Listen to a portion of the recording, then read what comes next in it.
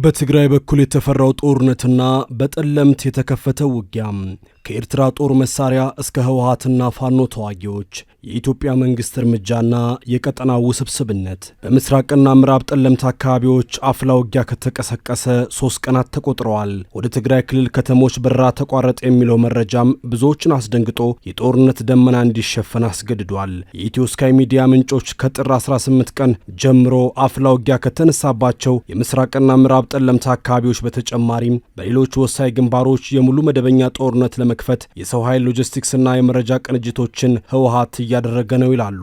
በጠለምት ቀጠናዎች እስካሁን በታወቀ መረጃ ህወሓት 3 አርሚዎችን አስገብቷል። አርሚ 11፣ አርሚ 13 እና አርሚ 35። ቁጥሩ ከዚህም ሊበልጥ ይችላል። ከዋልድባ መድኃኔዓለም ታችኛው ገዝ የወልቃይት አናትና የጠገዴ መሻገሪያ የአርማደጋ ወሳኝ በር ትላንት ይዘዋል ሲልም መረጃ ያክላል። ይህኛው ኃይል ወደ ወልቃይትና ወደ ጠገዴ ወሳኝ ክፍሎች ሰብሮ ለመግባት የተዘጋጀ እንደሆነም ተሰምቷል። በሽራሮ በኩል ተከዜን ተሻግሮ ወደ ቃፍታ ሁመራ፣ በደደቢት ወደ ቆራሪት አቅጣጫ በህዝብ ማዕበል ለመግባት አስቧል የተባለው ህወሓት ከሽሬ ሲንቀሳቀስ ያደረው የሰው ኃይልም ለዚህ አብነት እንደሆነ ተጠቁሟል። ኢትዮ ስካይ ሚዲያ ወቅታዊውን መረጃ ከወታደራዊ አሰላለፍና አቅም እስከ ቢሆን ትንተናዎች በሰፊው ቃኝቷል። አብራችሁን ስትቆዩ ሚዲያችንን ሰብስክራይብ ማድረጋችሁን እንዳትረሱ እንላለን። አብራችሁን ቆዩም። ጦርነት አንዣበበ ስንል መደበኛውን ለማለት እንጂ እዚህም እዚያም ተፋፍሞ የቀጠለውን የደፈጣ ውጊያ ዘንግተነው አይደለም። የኢትዮጵያ መንግስት ትጥቅ የፈቱ ወይም በሰላም ስምምነት የገቡ የቀድሞ የፋኖ ተዋጊዎችን በቴሌቪዥን አቅርበው የአማራ ትግል ተጠልፏል፣ ሻዕቢያና ህወሓት እየጋለቡት ነው እያሉ እንዲያስተጋቡ ሲፈቅድ ወይም ሲያመቻች ተፋላሚና ስጋት ብሎ የፈረጃቸው አካላት በቀጥታ ነጥሎ እየጠቆምን እንደሆነ መረዳት አይቸግረንም። የውጭ ጉዳይ ሚኒስትሩ ዶክተር ጌዲዮን ጢሞቴዎስ ሻዕቢያና ህወሓት ሰሜን ወሎ ወልዲያ አቅራቢያ ባለው ውጊያ ላይ ተሳትፎ ነበር በማለት ለመንግስታቱ ድርጅት በደብዳቤ ካሳወቁ ወራት ተቆጥረዋል። ከዚያ ወዲህ በኤርትራ ባለስልጣናት በኩል የሚሰማው የጦርነት ነጋሪትም ሆነ በኢትዮጵያ መንግስት ሚዲያዎች በኩል የሚሰራጩ ጸረ ኢሳያስ መንግስት የተጫናቸው ዘገባዎችና ትንታኔዎች በአዲስ አበባና አስመራ መካከል ያለውን መካረር ከፍ አድርገውት ሰንብተዋል። ወደንም ጠላንም አሁን ባለው የፖለቲካ አጋርነትና አሰላለፍ ህወሓትና ኤርትራን ነጥለን ማየት እንዲከብደን ሆኗል። የኢሳያስ ወርቂ ስብስብ አንድ ነገር ይፈልጋል። ጦርነት ቢካሄድ እንኳን ቢቻል ከአማራ ክልል በስተደቡብ ምስራቅና ምዕራብ አቅጣጫ ብቻ ይሆን ዘንድ፣ ያ ካልሆነ ደግሞ ከትግራይ ክልል እንዳያልፍ፣ ባጭሩ ከኢትዮጵያ ግዛት የማይሻገር የእሳት ነበልባል በዛላምበሳም ይሁን በቡሬ በባድመ ይሁን በሁመራ ኤርትራ ተብሎ የሚጠራው መሬት በጨረፍታም የማያገኝ ውድመት እንዲስፋፋም የሻዕቢያ መሰረታዊ መሻት ነው። የአዲስ አበባ መንግስት ድምዳሜም ግልጽ የሆነ ይመስላል። ኢሳያስ እጁን ከመቀሌ እስከ ባህር ዳር እየነከረ የሚቀጥል ከሆነ የሞት ጽዋዬን እየቀመመ እንጂ ለሌላ አይደለም የሚል በእግሩ የሚሄድ ድምዳሜ። ይህ ድምዳሜ ራስን የማዳን የህልውና ማረጋገጫ ድብድብን ቢያስከትል እንደማይገርመን ሁሉ የባህር በር አጀንዳ ኖረም አልኖረም፣ አሰብ ተመለሰም አልተመለሰም የአዲስ አበባና አስመራ ፍልሚያን እንደ ገፋች ነፍሰ ጡር ቀን እየጠበቅን ነው ብንል አይፈረድብንም። ኢሳያስ ህወሓትና ፋኖን የመደገፍ ውሳኔ ላይ ሲደርሱ ደብረጽዮን ከጠቅላይ ሚኒስትር አብይ አህመድ የተሻለ ትግርኛ ቋንቋ ስለሚያቀላጥፉ አይደለም። የፋኖ መሪው ዘመነ ካሴም ከአቶ ተመስገን ጥሩነህ የተሻለ ለአማራ ተቆርቋሪ ነው ብለው አይደለም። ጉዳዩ ራስን ካደጋ የማራቅ ለኢትዮጵያ የክፍል ስራ ሰጥቶ በስልኩ ጌም እንደሚጫወት አስተማሪ ሆኖ ለመቀጠል እንጂ ተዳፍነው የቆዩ የኤርትራን መገንጠል፣ አሰብን የመጠቅለልና ተያያዥ ጉዳዮች ወደ አደባባይ መውጣት ምቾት የነሳቸው የአስመራው ሽማግሌም ምርኩዛቸውን መቀሌ የሚያደርጉ ባህር ዳር የሚጠበቅ ነው የሚሉ አካላትም የዕድሜያቸው ማምሻ ላይ አጥፍቶ መጥፋትን አማራጭ ማድረጋቸውን ያመላክቱናል። ውድ የኢትዮ ስካይ ሚዲያ አድማጭ ተመልካቾች የሰሜን ኢትዮጵያውን ውጥረት እንዲሁም ውጊያ ከሀገሪቱ የነገ ዕጣ ፈንታና ቀጠናዊ አስተላለፍ አንጻር በዚህ ዝግጅት ላይ ዳሰናል። በድጋሚ አብራችሁን ስትቆዩ ሚዲያችንን ሰብስክራይብ ማድረጋችሁን እንዳትረሱ። መልካም ቆይታም። ከጠለምት መንደሮች ከወልቃይት ጠገዴ ኮረብታዎች የሚወጡ መረጃዎች የጦርነትን መጀመር የሚያሳብቁ ናቸው። የኢትዮ ስካይ ሚዲያ ምንጮችም ከጥር 15 ቀን ጀምሮ ወሳኝ ውጊያ ከተከፈተባቸው የምስራቅና ምዕራብ ጠለምት አካባቢዎች በተጨማሪም በሌሎች ወሳኝ ግንባሮች የሙሉ መደበኛ ጦርነት ለመክፈት የሰው ኃይል ሎጂስቲክስና የመረጃ ቅንጅቶችን ህወሓት እያደረገ ነው ይላሉ። በጠለምት ቀጠናዎች እስካሁን በታወቀ መረጃ ህወሓት አርሚ 11፣ 13 እና 35ን በድምሩ 3 3 አርሚ አስገብቷል። ቁጥሩ ከዚህም ሊበልጥ እንደሚችል ይነገራል። ከዋልድባ መድኃኔዓለም ታችኛው ገጽ የወልቃይት አናትና የጠገደ መሻገሪያ የአርማደጋ ወሳኝ በር ትላንት ተይዟል ሲልም መረጃ ያክላል። ይህኛው ኃይል ወደ ወልቃይትና ወደ ጠገዴ ወሳኝ ክፍሎች ሰብሮ ለመግባት የተዘጋጀ እንደሆነም ታውቋል። በሽራሮ በኩል ተከዜን ተሻግሮ ወደ ቃፍታ ሁመራም፣ በደደቢት ወደ ቆራሪት አቅጣጫ በህዝብ ማዕበል ለመግባት አስቧል የተባለው ይህ የህወሓት ቡድን ከሽሬ ሲንቀሳቀስ ያደረው የሰው ኃይልም ለዚህ አብነት እንደሆነ ይጠቁመናል። የህወሓት በሱዳን ያለው ታጣቂ ኃይል ከመቼውም ጊዜ በላይ የትጥቅ አቅም ፈጥሯል ተብሏል። አርሚ 70 በ3 ኮሮችና አንድ ኮማንዶ ክፍለ ጦር ከመዋቀሩ ባሻገር ለዚሁ ዘመቻ ሌሎች ስልጠናዎችን ሲሰጥ ቆይቷል የተባለም ሲሆን ይህንን መረጃ የኢትዮጵያ መንግስትም ሆነ የወልቃይት አስተዳደር ጠንቅቆ እንደሚያውቀው መረጃዎች አመለክቱናል። በዚያው ድንበር አካባቢ ሸረሪና ላይ ያለው ኮር 701ም አዛዡ ኮሎኔል ጸጋይ ኃይል እንዲጨመረው ተደርጓል። መሃል ሱዳንና ዋድ መደኒ ላይ ሆነው የአልቡርሃንን ጦር ደግፈው ሲዋጉ የቆዩት በዮሐንስና በመብርሃቱም የሚመሩት ኮር 702ና ኮር 73 ተንቀሳቅሰዋል የሚለው መረጃው ወዲ ነጮ ተብሎ የሚጠራው አንድ ክፍለ ጦር ኮማንዶም በተመሳሳይ ከዋድ መደኒ ወደ ጠረፍ ኃይል እንዲንቀሳቀስ ተደርጓል ሲል ይጠቁመናል።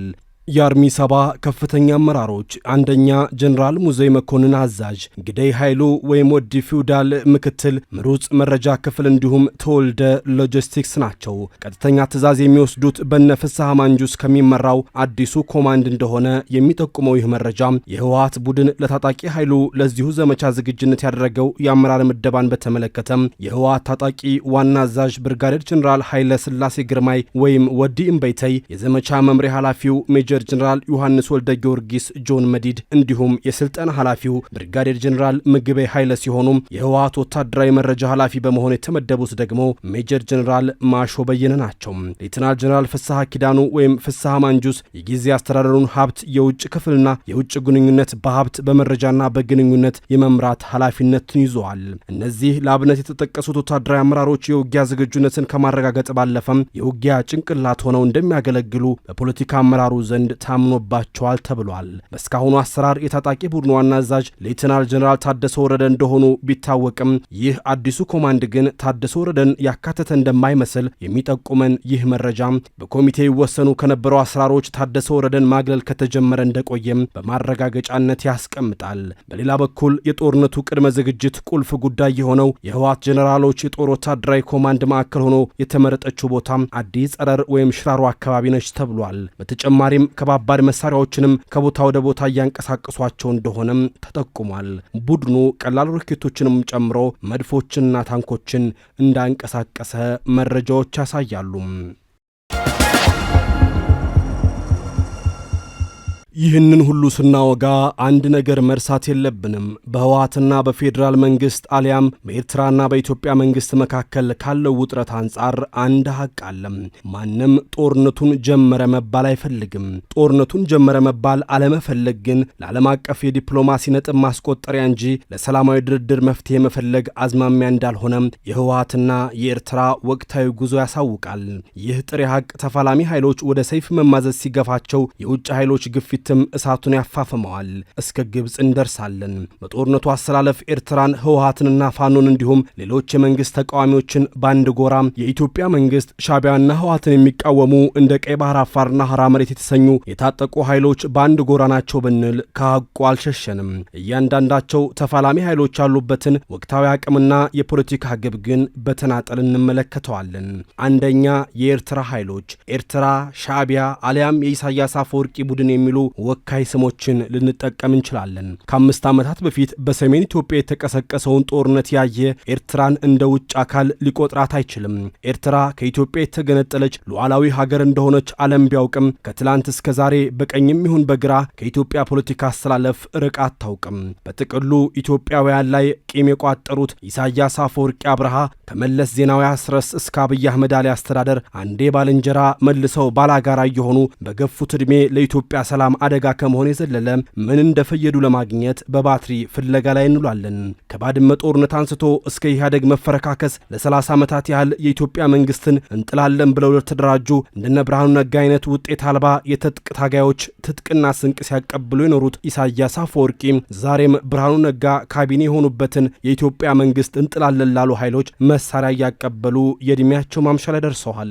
ኢሳያስ አፈወርቂ አብይ አህመድና የተባበሩት አረብ ኤሚሬቶች አብረው ሊያጠፉኝ ነው የሚል ድምዳሜ ላይ ከደረሱ ሰነባብተዋል። ራሳቸውን ለማዳን ደግሞ በቀጥታ ከኢትዮጵያ መንግስት ጋር መፋለምን አይመርጡትም። የሻዕቢያው አለቃ በህወሓት ኢህአዴግ ዘመን ለ30 ዓመታት ያንን ሁሉ መካሰስና መወነጃጀል ብሎም ድንበር ዘግቶ መፋጠጥን ሲገፉ ያሁኑን ያህል ውጊያ አስግቷቸው አያውቅም። ግንቦት ሰባትን አሊያም ኦነግን እያሰለጠንኩ ነው የሚለው ማስፈራሪያም ፍሬ ሳያፈራ ነገሮች ተቀይረዋል። ዛሬ ላይ ጦርነቱን ለማራቅና ራስን ካደጋ ለመጠበቅ የኢትዮጵያ ግዛት በውጥረት እንዲቀጥል ከሚችሉትም በላይ እየሰሩ እንደሆነም የአደባባይ ምስጢር ሆኗል። የኤርትራ ወታደራዊ አቅም ከኢትዮጵያ ጋር የሚነጻጸርና ተገዳዳሪ ባይባልም ኢሳያስ በህወሓትና ፋኖ ኃይሎች ላይ ያሳደሩት እምነት በምንም የማይተካ ከፍተኛ ውጤት ያስገኝልኛል ብለው ጓጉተዋል። የትግራይና የአማራ ክልሎች ላይ መሰረታቸውን ያደረጉ የህወሓትና የፋኖ ኃይሎች በፌዴራል መንግስቱ ላይ የሚያሳድሩት ጫናና የትኩረት መበታተን ወታደራዊም ፖለቲካዊም ትርፍ ያጎለብትልናል ተብሎ በአስመራ በኩል ስሌት ውስጥ እንደገባ ሳንጠቅሰው አናልፍም። ይህ ውጤት ያስገኝላቸዋል ወይስ ጓጉቶ ይቀራሉ የሚለውን ወደፊት ጊዜ ያሳየናል። ሁለተኛ፣ የህወሓት ኃይሎች በነታደሰ ወረደ የሚመራው የክልሉ መንግስታዊ ቡድን የነ ምግበይ ኃይለ ወታደራዊ ኃይል አሊያም በነ ሞንጆሪኖ አንጃ ሁሉም የትግራይ ፖለቲካ አሸናፊና መሪ ሆነው ለመውጣት የሚፈልጉ ሆነው እናገኛቸዋለን። አሁን የጎሪጥ የሚተያዩ በስጋትና በጥርጣሬ የሚተነኳኮሱ አካላት ቀጥተኛ ጦርነት ሲጀመር ምን አሰላለፍ እንደሚመርጡ ማወቅ የማንችለውን ያህል ማንን እንደሚከዳም እርግጠኛ ሆነን አንገኝም።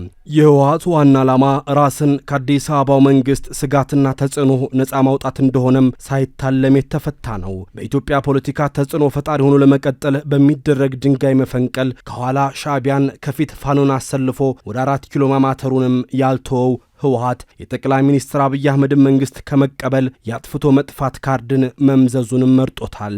የህወሓት ስሌት ሁለት ነው።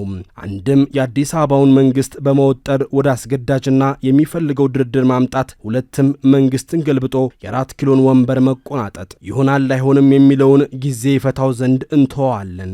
ከዚያ ወዲህ ግን ጦርነቱን በወልቃይትም ይሁን በራያ ለማቀጣጠል ተጨባጭ እንቅስቃሴ ላይ ያለው የህወሓት ኃይል ጦርነትን አማራጭ አድርጎ መውሰዱን ሳናሰምርበት አናልፍም። ሶስተኛ፣ የፋኖ ኃይሎች ልምድ የሌላቸው ግና ለሻዕቢያም ሆነ ህወሓት እጅግ አስፈላጊ የሽምቅ ተዋጊዎች እንደሆኑ እናሰምርበታለን። ህወሓት አማራ ክልል ውስጥ አብሮት የሚሰራ ኃይል ማግኘቱ እንደ ደርግ ዘመኑ ሁሉ አዲስ አበባ ያደርሰኛል የሚል እምነት አለው። ከጥቂት ዓመታት በፊት በተካሄደው ጦርነት ከደብረ ሲና ጣርማ በር የተመለስኩት አጋር የሚሆነኝ የአማራ የፖለቲካ ኃይል እንዲሁም ደጀን ህዝብ ባለማግኘቴ ነው የሚለው የህወሓት ስሌት የአሁኑን ተስፋ የፋኖ ተዋጊዎች ላይ እንዲያደርግ አስገድዶታል። ይህ ትብብር ለሁለቱም ይሰራል። አንድ ወጥ ድርጅት መስርተናል የሚሉት የፋኖ ኃይሎች ከ2 ዓመታት በላይ በስሙ ከነገዱበት የአማራ ህዝብ ውጤት አምጡ ሲባሉ ይሰጡት ከነበረው አንድነት ስላልነበረን ነው የሚል ምላሽ ሳይወዱ በግዳቸው ተነጥለዋል። ስለዚህ አቅም አለን፣ መንግስትን እንገዳደራለን የሚሉ ከሆነም ከህወሓትና ሻዕቢያ ጋር ተለጥፈው መዋጋት ብቸኛ አማራጫቸው ይሆናል። ይህ ደግሞ ህወሓት አሊያም ኤርትራ በቶሎ ጦርነት እንዲጀምሩ ፋኖ ጠያቂ ብቻ ሳይሆን ተማጽኖ አቅራቢ ያደርገዋል። የፋኖ ኃይሎች ያሉበት መደበኛ ውጊያ ለማድረግ አቅምና ከደፈጣ ጥቃት ያልተሻገረ ልምድ በህወሓትና ኤርትራ ላይ እንዲለጠፉ አድርጓቸዋል የሚለው ድምዳሜም ከዚሁ ምንጭ የሚቀዳ ነው። ኤርትራ ከሱዳን እስከ ግብጽ በተዘረጋው ሰንሰለት የጦር መሳሪያ ያቀርባል። የህወሓት ኃይሎች ልምዳቸውን ተጠቅመው ጦርነቱን ይመራሉ። የፋኖ ታጣቂዎች ደግሞ መንገድ ጠራጊና ፈንጂ አምካኝ ሆነው የአዲስ አበባ 4 ኪሎን መንገድ ይጠርጋሉ የሚለው ትንታኔም የኢትዮጵያ መንግስትን በጠመንጃ እንጥላለን ከሚሉ አካላት ደጋግሞ የተሰማ ነው። ጦርነቱን ተጠይፈን ሰላም ለኢትዮጵያ፣ ሰላም ለኤርትራ፣ ሰላም ለዓለም ሁሉ ብለን የዛሬውን መሰናዶ እዚህ ላይ እንቋጫለን። ውድ የኢትዮ ስካይ ሚዲያ አድማጭ ተመልካቾች በያላችሁበት ደህና ሁኑም።